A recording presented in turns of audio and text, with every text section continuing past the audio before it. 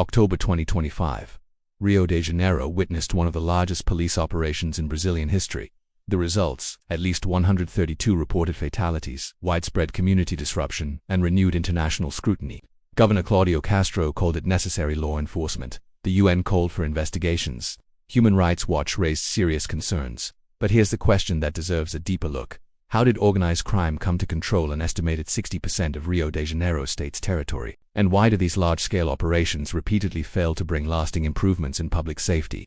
This isn't about blaming specific politicians. This is about examining the structural and systemic failures that have allowed this crisis to persist for decades. Today, we're analyzing the institutional, economic, and policy failures that created this situation and asking if the current approach can ever succeed.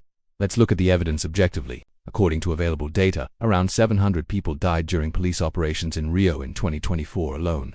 This follows a long pattern, including major operations in 2021 with 28 fatalities and 2005 with 29 fatalities. The October 2025 operation involved 2,500 officers, helicopters, and armored vehicles.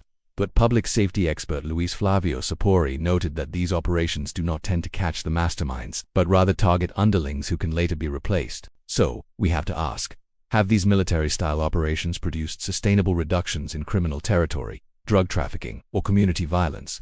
The data suggests they have not.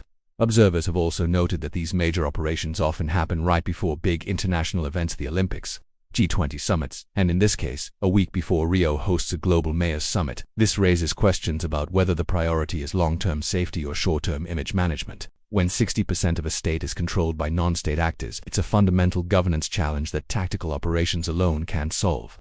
To understand Rio's situation, we have to look at the conditions that let organized crime flourish. This isn't about excusing crime, it's about understanding the root causes. Communities like Complexo do Alemão and Complexo de Penha, home to over 90,000 residents, face limited access to quality education, healthcare, and jobs. As activist Raul Santiago put it, what communities need is investment in education, culture, sports, sanitation, and opportunities. Instead, he says, no one can stand living between the sound of the alarm clock and the sound of gunfire anymore. Historically, the infamous Comando Vermelho emerged from Rio's brutal prison system during the military dictatorship. This shows how institutions meant to reduce crime can sometimes inadvertently help organize it. The question is why it operates through violent criminal groups.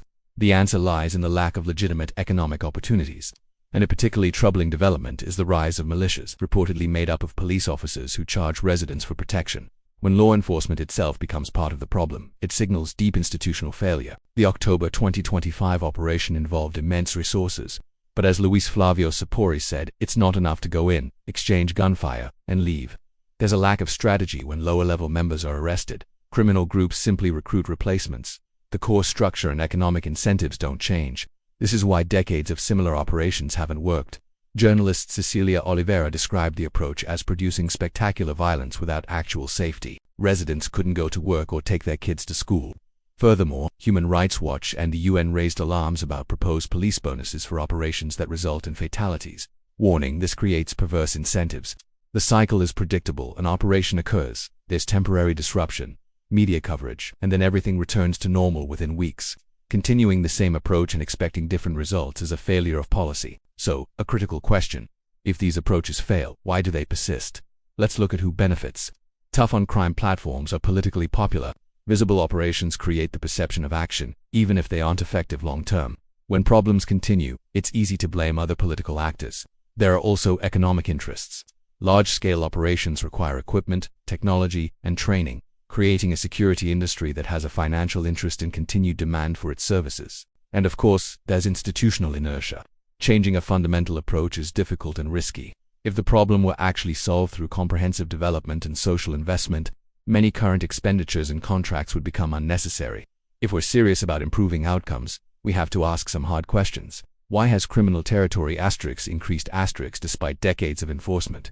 What conditions allow gangs to recruit so easily? Why don't other places with similar poverty levels have the same problem? How should we really measure success? Is it arrests, or is it community well-being? What is the opportunity cost of all the money spent on these operations? Congressman Enrique Vieira noted the state treats the favela as enemy territory.